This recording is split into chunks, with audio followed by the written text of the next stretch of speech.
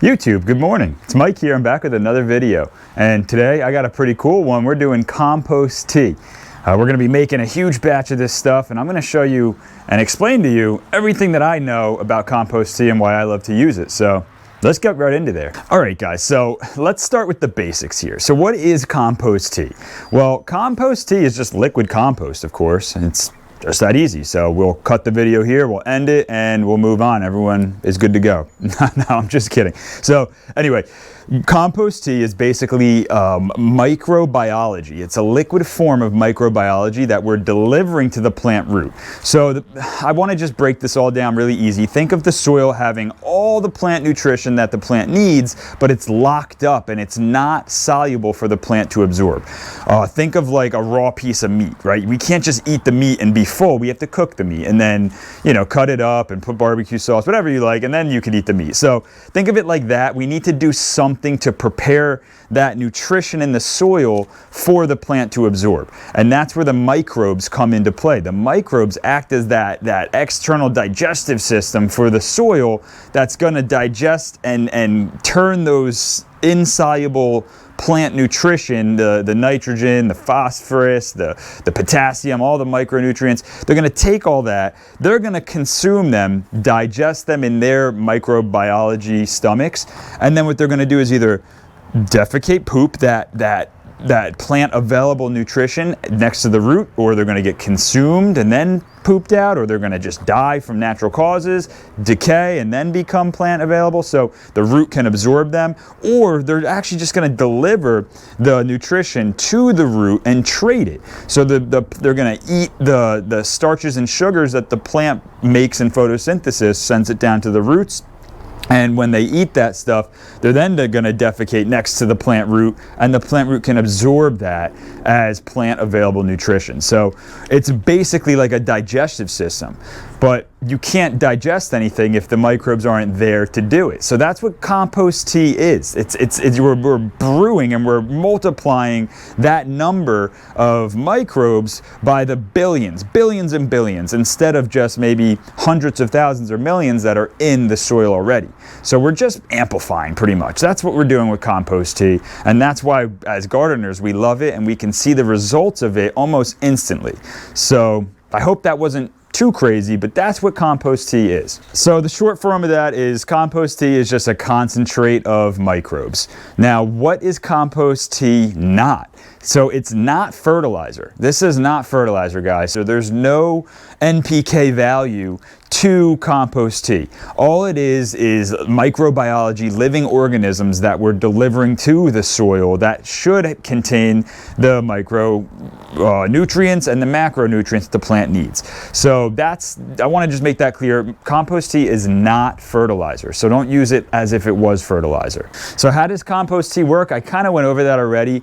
I just want to maybe simplify it one little bit. It's basically a marketplace. You're delivering a marketplace to the soil. Like we said before, you know, if there's a bunch of there's a bunch of organic nutrition in the form of inputs that you might have added, that I like to add: crab meal, alfalfa, blood meal, bone meal, feather meal, all these organic inputs. None of these are plant available. So we need something to eat and digest these, and then kind of defecate and poop them out as plant available nutrition. So that's what these microbes are going to do. They're going to digest this stuff. So that's kind of how compost tea works. You should be adding your fertilizers, your organic fertilizers if you're like me, to the soil. If you're adding inorganic fertilizers or salt-based, skip this video. Compost tea does not apply to you. The salts in inorganic fertilizers, salt-based fertilizers, they actually kill the microbes, and microbes can't really exist in that environment. So you have to make sure that you play the role as the microbe in that regard. But we won't go too much deep into that and how plant nutrition works in an inorganic or a fertilizer setting. That's for another video. But this, we're focusing on compost tea and organic gardening with organic inputs like the ones I just mentioned. But think of this as like the food chain or the cycle of life, right? That's what we're doing. We're cycling the nutrition in the soil. We're making it available. That's the key, guys. Just if you take anything from this video, we're cycling nutrition in the soil. We're turning it over and making it available to the next form of life, which is plants in our case. All right, we got through all that stuff. That was the hard part. The basics, the understanding, what's going on. I hope I did a good job. Let me know if I did a good job down in the comments. But now let's move on to the fun part, and that's how do you make this stuff? What do you do? So what you need is, number one, compost, and number two, water. Now that's it. That's really all you need is compost and water. Now there's many ways that you can brew the stuff. I'm going to show you what I like to use, which is my compost brewer right behind me. It could be as simple as a 5-gallon bucket with water, dipping the compost into the water and then adding it to your soil. That's as easy as it gets. I mean, there's things to watch out for when you do that method. You do want to aerate the water. Make sure that you're adding an abundance of air, because what this compost will do is it will boom in population. For example, if you have 2 microbes and then you put it in compost tea, it'll boom to 1,000 microbes. And actually we get into the billions of microbes when we're doing this method here. What happens is these microbes consume air just like we do. It's like packing a bunch of people in a tight room, a DMV or something, with no air conditioning. You know, it gets real hot and stuffy in there, and then you get annoyed and you end up leaving the DMV. You don't even get what you need. And that's the microbes in this case. They get real hot and stuffy and they die. And they don't exist, but what does exist is anaerobic bacteria, which is like the evil villain of this stuff. You could think of it as the bad guys in the microbiology world. These are the bacteria that live without oxygen, and those are generally the ones that kill your plants, and these are generally ones that smell sour, or they're related to things that aren't good. Like, for example, sour milk, right? Sour milk is a product of an anaerobic bacteria, that disgusting smell. Things like alcohols, those are made in an anaerobic setting, and generally alcohols kill bacteria, right? If you put alcohol on your plant root, it's going to kill the plant. So we don't want those, and we don't want to brew those. So we have to watch out for anaerobic bacteria and anaerobic conditions. So to combat that, we have to add a lot of oxygen to the water. What I like to use is an air pump. Now this is just a basic air pump you can get on Amazon. I'll leave a link down in the description below. They range from different sizes and different prices, of course. I have a pretty big one here. It moves a ton of air, and it provides the aerobic conditions that I need to brew compost. Now if you're just doing this in a 5-gallon bucket, you can get something as easy as like a fish tank air pump, something that it would aerate a little fish tank, or something along the lines of that. You definitely want to have some sort of air source. Now I would stay away from air stones. These typically will harbor bacteria. They're very porous, and when we're cleaning our buckets or bins, our compost brewers, after we do a batch, you want to make sure you clean it really well so that no bad bacteria, you know, kind of go dormant in that brewer and then repopulate once you do your next batch. And air stones are really hard to clean. I don't like them. I prefer to use PVC pipe. That's what I'm using here. I'll show you guys, you know, what that looks like. But that's generally what we do. Stay away from air stones, but you want to add air. The next thing is, how do you brew the stuff? So what I like to do, and what is really popular on YouTube and online, is just a paint strainer bag. And what guys do is they fill these bags up with compost. You can use 2, you can use 3, but generally you want to use at least 1 of these. And you fill this bag and put it in the water, tie it off somewhere, and that's how you deliver the compost in the water without making it a mess. A lot of time, the reason for these, and a lot of times, is we're going to be spraying this compost, or we're going to be putting it through some kind of a means of delivering it to the plants. And what happens is, when you don't use a strainer, the compost gets all over the water, gets everywhere. It's hard to get out of the water, and then it clogs your strainers up, it clogs your sprayers up, it clogs really everything that you're feeding it through, hoses, anything. So it's best to keep the compost and all the sticks and aggregates and all the stuff that's solid in a strainer, and you're really just letting the microbes leach into the water and then multiply once they're there. Now, water temperature is something to go over as well. There's different microbes that live at different temperatures. Now, there isn't one set temperature that you want your water. The key and rule of thumb to this is you want to let your water be the temperature that your soil is going to be. So it's best to brew this stuff outside. It's best to fill your brewer, fill your 5-gallon bucket, whatever you're brewing in, and let that water sit for a day or half a day, whatever it takes for that water to become ambient temperature, or the temperature that it is outside. And now what that's going to do is it's going to allow the microbes that are going to live at that temperature to multiply and then be delivered to the soil that you're growing in at that same temperature, so they will then persist and hopefully continue to multiply in the soil when they get there. A big mistake that guys do, I see it all the time, is they brew their compost tea inside, or they brew it outside, or they just fill their bucket with hose water. It's freezing cold.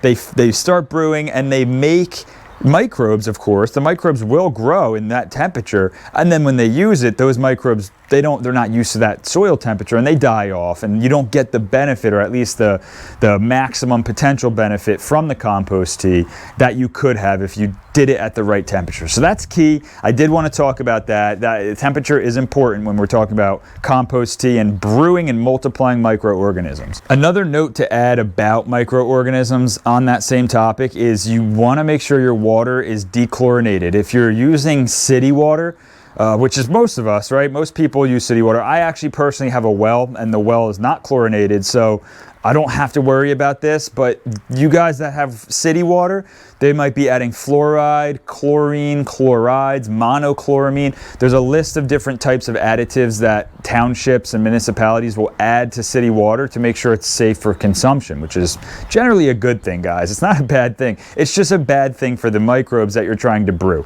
So dechlorinating that water can be really easy. It's just a matter of letting the water sit outside, and that chlorine will evaporate. It's a very volatile molecule. It's going to want to convert to gas. It wants to leave the water and evaporate out. So just leaving your water out in the sun will take care of most of the chlorine in the water that the townships add. Now, there is other things that stay in the water. I believe chlorides will stay in the water. Monochloramine does a really good job at staying in the water. There's not much we can do about that, but they do have tablets. Typically at your fish store or your pet store fish department will have tablets or some kind of a gel that's meant to dechlorinate or to neutralize chlorides and different types of chlorine. So you can look into that as well. I'm sure though that stuff is available online, you could probably order it right to your house, some kind of a dechlorination tablet. That's what I would look for. But in this case, I don't have to do that. I'm on a well, but it's something to consider for you guys that are on city water and want to brew compost tea at home. So how long do you brew this stuff for? Once you dechlorinate, once you got your compost, once you have the water at the room temperature, you've done all the right steps, how long does this have to bubble for in the brewer? And the answer to that question is no more than 24 hours. 12 hours is great. You'll get a great product at the end of it. 24 hours, anything longer than that, you're getting into that point where the bacteria is multiplying exponentially, and it's actually taking over. There's too much bacteria in the water, and that's when you start to have a diminishing return. Like the bacteria isn't growing anymore. You're actually going to start declining in numbers. Things are going to start to turn maybe foul or slimy.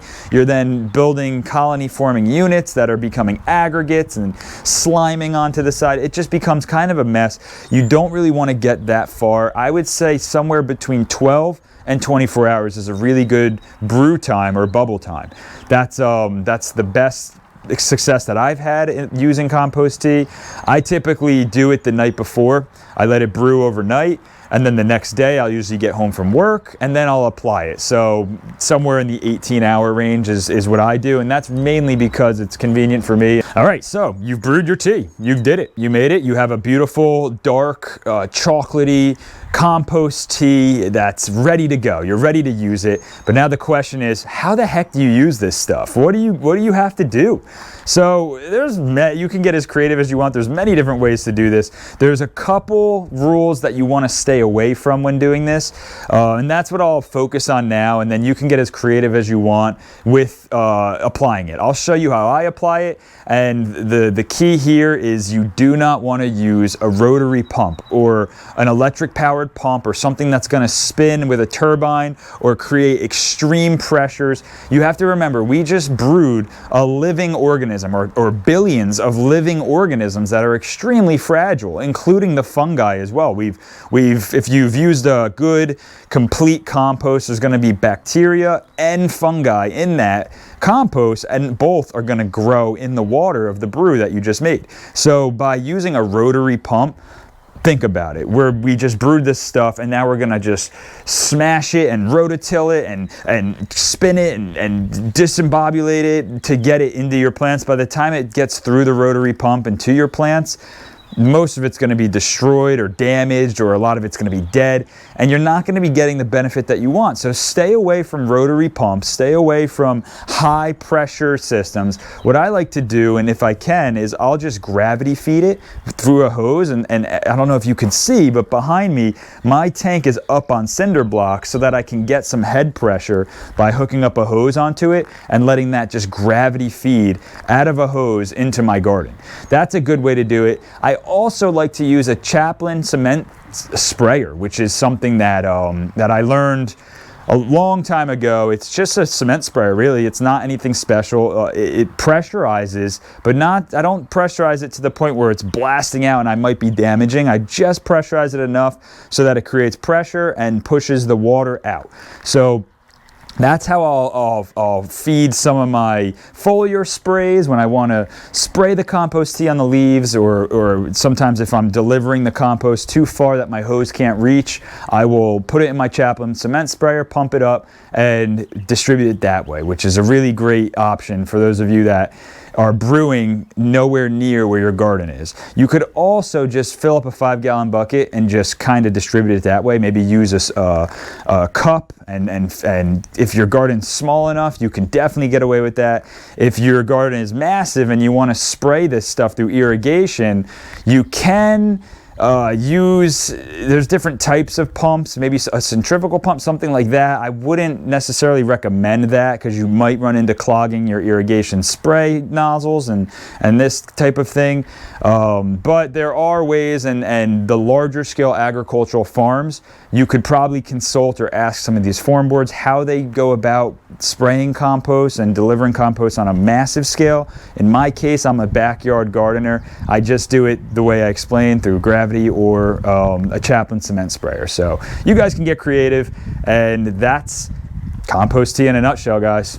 With all of that being said, guys, I know that was a mouthful. This was kind of a long video, a lot of information. I recommend going back and maybe taking some notes on this information, but this is compost tea in a nutshell. So I hope this video was somewhat help to you. I hope that you liked it. If you did like it, give me that thumbs up. It really helps the channel. I'm sure you guys, if you watch YouTube, you know that hitting the thumbs up helps all the YouTube channels grow. Subscribing certainly does help.